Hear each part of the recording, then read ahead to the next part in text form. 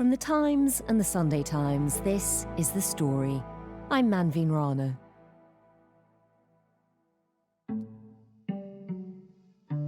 Monday was Inauguration Day in America for the 47th President, Donald J. Trump.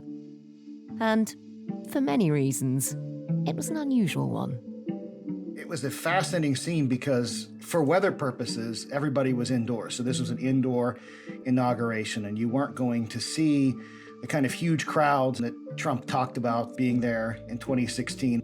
But you were going to see, compressed in that space, everyone from influential Republican politicians, former presidents, the CEOs of the most powerful companies in the world. It's really remarkable to see these tech CEOs or founders, in the case of Jeff Bezos, the founder of Amazon, standing alongside members of the Trump cabinet. They got better seats than some members well, of it's the just, cabinet, it's just remarkable.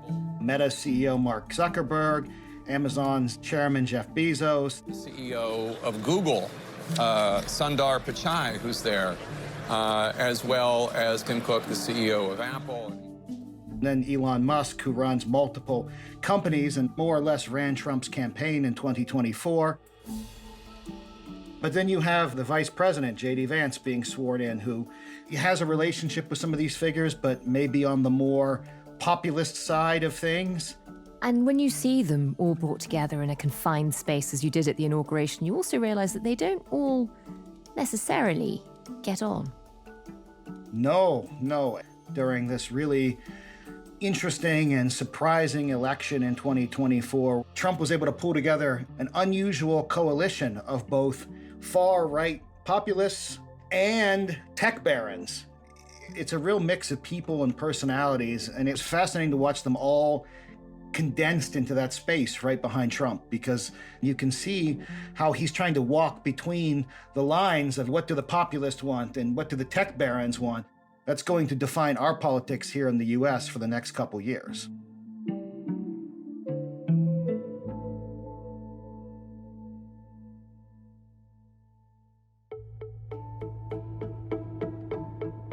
President Trump is walking a political tightrope between the globalist vision of the billionaire tech giants and the more populist concerns of ordinary voters who want him to put America first.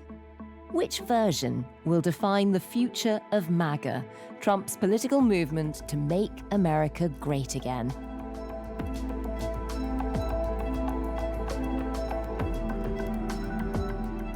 The story today: Bannon versus Musk, the battle for the soul of Donald Trump.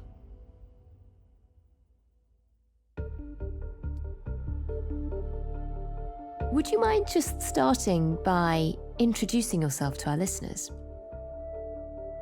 My name is Oliver Bateman, and I write for many different publications where I comment on primarily intra-right-wing politics here in the US, which is what I'll be talking about today.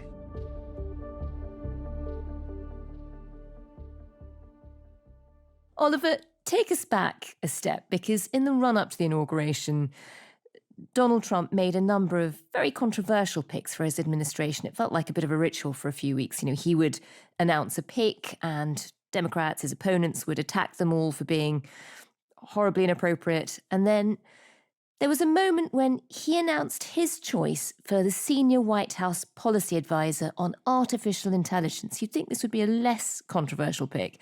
And yet it caused a huge row for a slightly unexpected reason. For once, this was a row amongst his own supporters who seemed to be furious. Just explain what happened. So he announces the appointment of an Indian-born individual that has come out of the tech sector as like his AI advisor or something like that. Not a position that's going to be very public-facing, like a pick for Attorney General or Secretary of Education. But the response within the right, it's explosive. There is a meltdown among a certain faction of the Republicans, especially part of the MAGA, over President-elect Donald Trump's pick of Sriram Krishnan as the White House policy advisor on artificial intelligence. Because this individual has worked for many Silicon Valley companies. Indeed, an expert in the area that he would be working in is someone who arouses a great deal of suspicion within the right-wing base. People are worried, like, is Trump going to just be bringing in lots and lots of foreign tech workers who will depress wages? What does this say about the America First nature of all of this? So, as you say, this brings the divisions within the Trump camp to the fore. This is sort of a fundamental division within the MAGA movement, really. And it particularly brings out a rivalry between two of the people who have been very close to President Trump in both of the last elections, Steve Bannon and Elon Musk. Before we jump into explaining that rivalry, just remind us who Steve Bannon is. Steve Bannon is one of the more interesting figures in recent American history. He's had a career that starts off in the military, works for Goldman Sachs as an investment banker, spends the 90s as something of a filmmaker and working in other roles, but achieves his greatest prominence as someone who is on the board of the controversial right-wing American publication Breitbart, this online publication that is very much shaping the far right. And in the course of doing that, when Donald Trump begins to make noise in 2012 and 2011 that he's interested in politics, Bannon becomes an influential ally and is building Trump's political approach that's framed in America First, America for Americans, jobs for Americans. And in Bannon, Trump finds a powerful ally who has an understanding, a rhetorical understanding of what populism means and how to promote it and sell it to people. But I told him that night, you will win if you get back and just start going back and preaching the populism and the economic nationalism that you have been preaching since you first came on this. And when Trump runs for president in 2016, Bannon is sort of the mastermind of that campaign. He's a White House advisor when Trump takes office. And the great drama of Trump's first term is really the fall of Steve Bannon as an advisor. And it's such a great fall that after he falls, he, like so many Trump associates in that first term, is tied to various crimes. Bannon ends up serving time, recently has gotten out of prison only this year. He's a much reduced figure in terms of power, but not in terms of rhetorical power. And Bannon, looking at the state of play after Trump's election in 2024, where he's very much allied with tech billionaires, and Bannon feels like this is an incredibly terrible thing. So you've got a man who really understands messaging. He's on one side of the argument. On the other side, I mean, just explain how his America First, build a wall, quite nativist politics, how does that mindset compare with Elon Musk's? Elon Musk, he's probably the singular figure of our times, just in terms of his strange journey from South Africa to the United States and to the tech world. But Elon Musk is the polar opposite of Steve Bannon. Elon Musk is literally someone that comes to the United States to study technology, to study economics. He ends up post-graduation working in the tech sector. And there's actually a lot of confusion over Elon Musk's immigration status. How is it that he's working or applying for jobs in Silicon Valley? So he's actually very much a product of this immigration system that's so controversial here. But Musk is someone who founds multiple companies.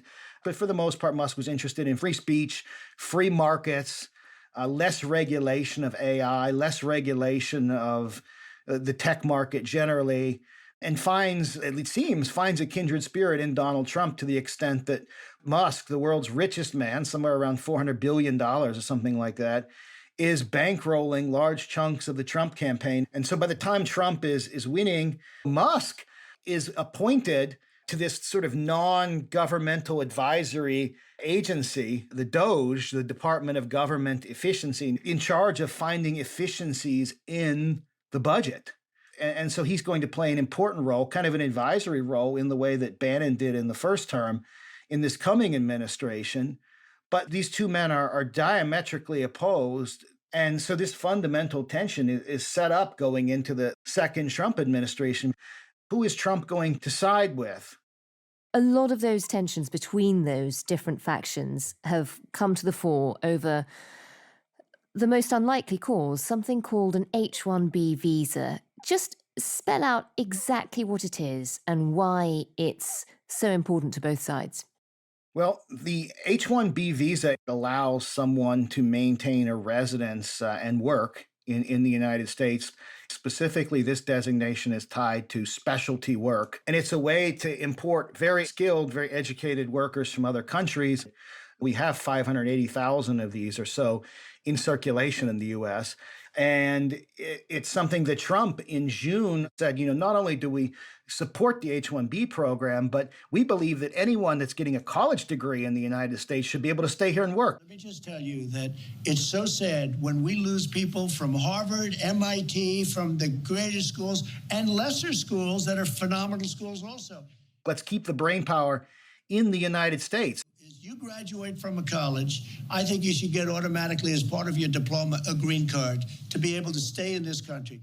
It's a radical and very much an internationalist statement that blows up in this current controversy over the appointment of an Indian-born individual to an AI advisor position that should not be controversial, but it's an important way for tech barons like Elon Musk, who was himself an immigrant worker to the United States working in the tech sector at one point in time.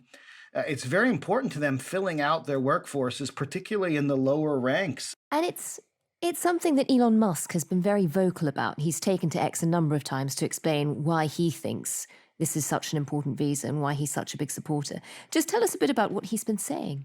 That's right. He's talked about using this as a way of filling out your teams, like in the NBA, with all of the best players around the world, which is something people can understand right now because the NBA, America's basketball league, is filled with all of the best players around the world. You can watch the Denver Nuggets or something, and their best player is like from Slovenia or something like that. And he gives that specific example. So this way, our companies can fill out their teams with all the best performers around the world. And why would you do anything to alter a program like that when this is how we get the best top talent in all of these fields? It's a good messaging device. On the other hand, Steve Bannon, a man known for his messaging and for having the ear of an awful lot of the MAGA grassroots, he's been hugely critical of this visa program, and he's been quite critical of Elon Musk too. It's all culminated in an interview where he used some pretty strong language about Musk. Just tell us what he was saying. Yeah. Bannon has promised that he is essentially going to bring down Musk, that he is going to destroy Musk. Quote, I will have Elon Musk run out of here by Inauguration Day. He will not have a blue pass to the White House. He will not have full access to the White House. He'll be like any other person. He is a truly evil guy, a very bad guy. I made it my personal thing to take this guy down.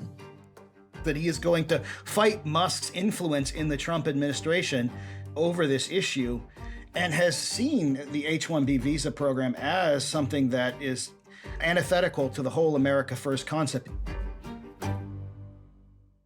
That's so interesting. And in his criticisms of Musk, he's gone quite far in calling him truly evil and even racist. Tell us about that. Yeah, it's an interesting criticism coming from Bannon, this notion that Musk is racist. But I think the racism remarks, if I'm not mistaken, are in the context actually of exploiting foreign workers. It isn't always the source of the most skilled workers. It's often people who might come into Silicon Valley and work in lower value roles and depress salaries that could be, in the mid six figures into the high five figures, and depressing the American worker pool at the same time. And that both of these things are a net negative for the world economy and the American economy. And in Elon Musk's corner in this big row, we have Vivek Ramaswamy. Tell us a bit about him. Tell us about his role and what he's had to say on the row. Vivek Ramaswamy is an interesting figure in that he emerges in the 2024 presidential campaign. I found him to be one of the most interesting of the Republican candidates, sort of an out-of-nowhere candidate, American-born, Ohio-born, in fact, Ivy League educated, started up a pharmaceutical company that now has a valuation in the billions after finishing up at Yale Law School. where he was a classmate of the current vice president, J.D. Vance. And Ramaswamy, an interesting American success story in the old sense. His parents are, I think, Tamil Brahmin immigrants from India. They're very accomplished. He's even more accomplished. And as he comes up, he kind of comes out of nowhere during the presidential election. He's certainly someone that had the ear of Trump and was very quick to concede to Trump when the primaries looked unwinnable for him. He made that move very early, and who was slated as sort of a repayment for his support to co-chair or co-head up the Department of Governmental Efficiency with Elon Musk. But Vivek, in the midst of this H-1B conflict, quite publicly attacked those who would oppose the ways of bringing skilled, trained workers like his own parents into the country, and did that in the form I think that listeners would find most interesting, where he has this kind of long tweet about how American popular culture has always privileged the jock over the nerd, even talking about how we should be championing people like Steve Urkel from Family Matters, the old sitcom, and Screech from Saved by the Bell, the old high school sitcom that was on Saturday mornings, over the jocks. So something about how American culture really doesn't like a geek. Yeah. Vivek is complaining that America is not kind to the geek, particularly the immigrant geek, when it should be, and that the success of America is tied to the success of its geeks. And the H-1B visa is a way of bringing in those individuals who are willing to do the math homework, willing to do the science homework, willing to spend the hours studying in their home cultures. And here's a way to get them in the United States. Like, you can defend the visas, you can not defend the visas, but my friend Vivek, this is not the way. This is not the way. There's a big blowback to this. And Vivek Ramaswamy, who was to co-chair the Department of Governmental Efficiency, this non-governmental agency that would be advising Trump, has left his post. It'll be falling entirely to Elon Musk. Before it's even started. Out the door before it even started, it's being framed as an onward and upward, and he can focus on Ohio politics and his own future. Instead get a run for governor of Ohio. That had been sort of widely rumored. We now have it confirmed that he's expected to make that announcement next week, and that it was impossible for him to do both things at the same time. It is the first casualty of someone who perhaps had to fall on the sword for his tweet related to the power of immigrant workers. Certainly Elon Musk wasn't going to fall on the sword for that. It's really interesting hearing about the conflict from here because, once you get past the gossipy rivalries, the characters involved, fundamentally, this is a row that we're seeing across the world. In Britain, for example, people who voted for Brexit, some voted because they were hoping there'd be less immigration, others voted hoping there'd be global trade deals, which would actually lead to more. So you sort of have this fundamental divide between two different visions of the right. Just stepping back, explain how that plays out in America. I mean, what does the future of America look like under Bannon's vision? And what does it look like under Musk's? How would they like America to be? I think it's very hard to envision, for me, as like a long-term observer of the scene, it's very hard for me to imagine Steve Bannon's vision of America ever being implemented in any way. It's very hard to imagine going back. But the Bannon vision is one of America as sort of a manufacturing powerhouse, a country that is not intervening in multiple foreign conflicts, a country that is finding ways to grow American population domestically and through natural means rather than immigration, and an America that is essentially self-sufficient in a lot of ways. It is hard to imagine, given the great sectors that dominate in the United States, like the tech sector that has Trump's ear right now, it is very hard to imagine this vision being realized. But the Musk vision or the tech baron vision is a much grander international vision, an internationalist vision that sees America as first among equals of the great trading nations, a nation that is primarily exporting intellectual products, great technological innovation, that is attempting to reach the stars. And we're going to take Doge to Mars.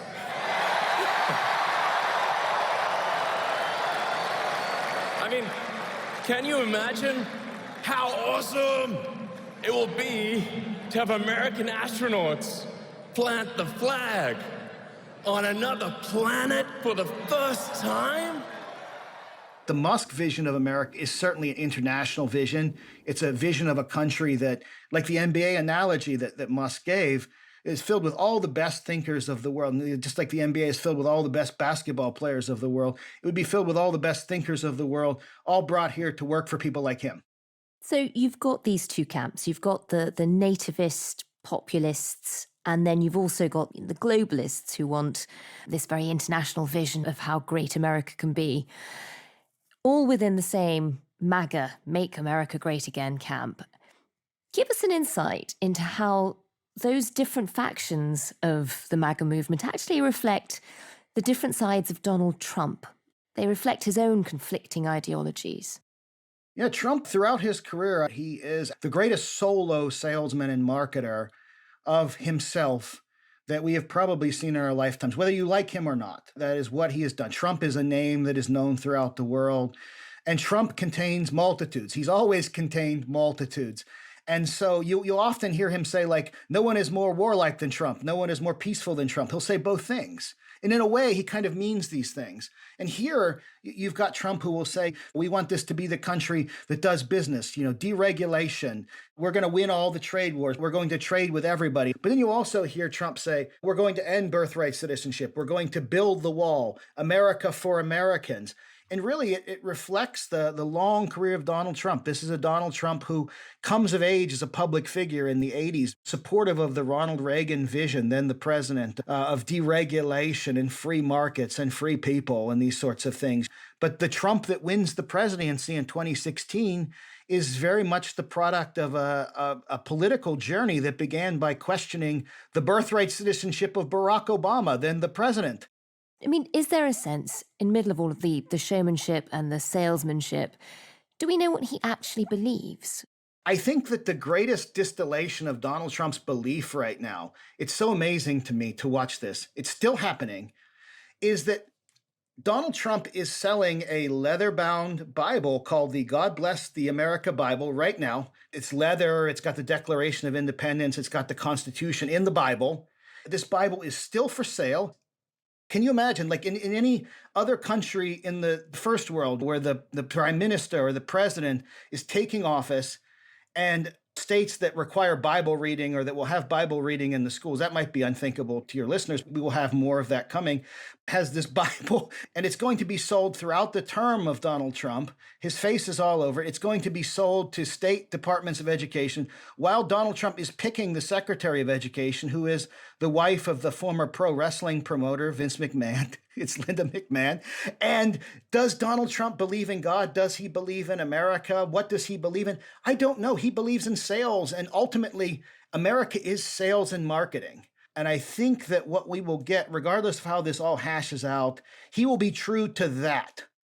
And in terms of delivering for the tech bros, the place where the money is right now for him, just explain how important that is to somebody like Elon Musk. How much does he need Donald Trump at the moment? All of these folks that you saw on the stage behind him, but certainly Musk, anybody in tech, anybody in media, a lot of media companies right now that had outstanding litigation with Donald Trump over various suits have settled with him. And a single decision by him to enforce this or not enforce that will save you billions of dollars. To be on his right side could be the difference between success or failure in your business. And for someone like Elon Musk, a partnership with Trump, let's say that DOGE, the Department of Governmental Efficiency that Musk will be running, decides we don't need that line item for NASA, those millions of dollars going into our space agency. Why not just pay a private contractor to run our space program? Why not just pay Elon Musk's SpaceX? Yeah. There you go. Tens of billions right there. We've already seen some of these splits playing out over the issue of these visas. Which other policy areas do you think will prove controversial? Where else might they come to the fore?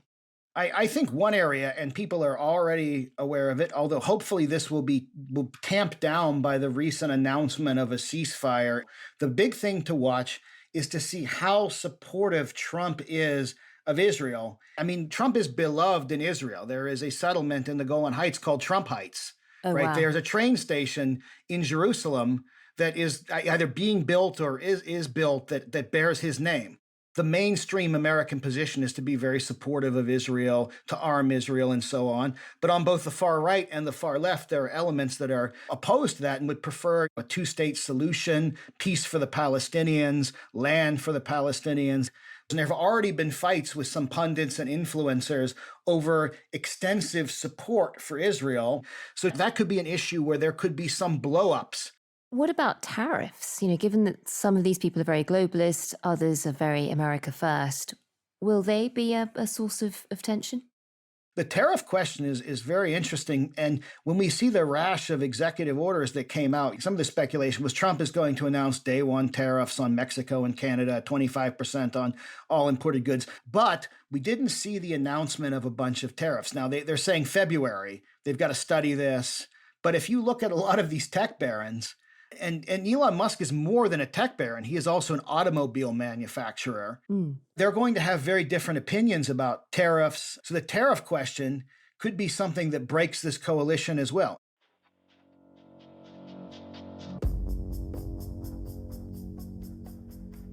Oliver, clearly we're in the honeymoon period at the moment. We can start to see some of these tensions already popping up, but they're in check. He's still managing the balance. As somebody who watches the factions and the right very closely, how long do you think the peace will last? Well, from covering Trump from 2015 on, when you couldn't sell a piece, to now covering the Trump beat since 2020, Trump is nothing else if not a speedrunner. Covering Trump for 1 year is like covering a lot of people for 10. So will this honeymoon last? I think the bigger question is, will this honeymoon last a month? Will it last 3 months? Will it last 6 months? How long are you giving it?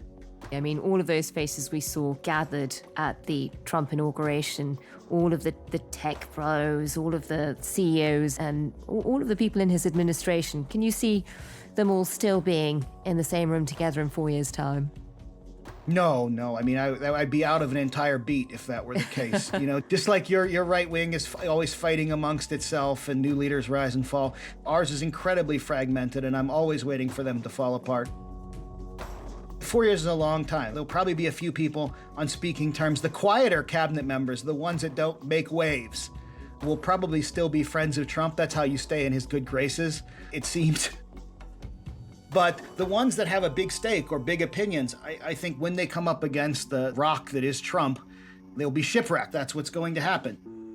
So I think the fallout from this second term could be very interesting, but it will definitely be unprecedented. And Bannon has talked about this. It's a playbook for a kind of business/politics integration, money and politics, unlike anything we've seen before in American history.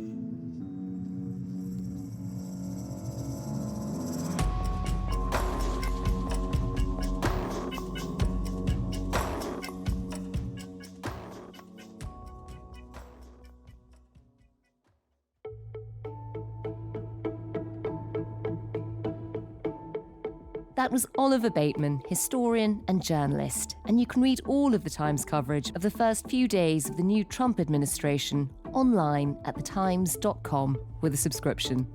The producer today was Emily Webb, the executive producer was Fiona Leach, and sound design and theme composition were by Mal Assetto. Thanks for listening. Have a lovely weekend.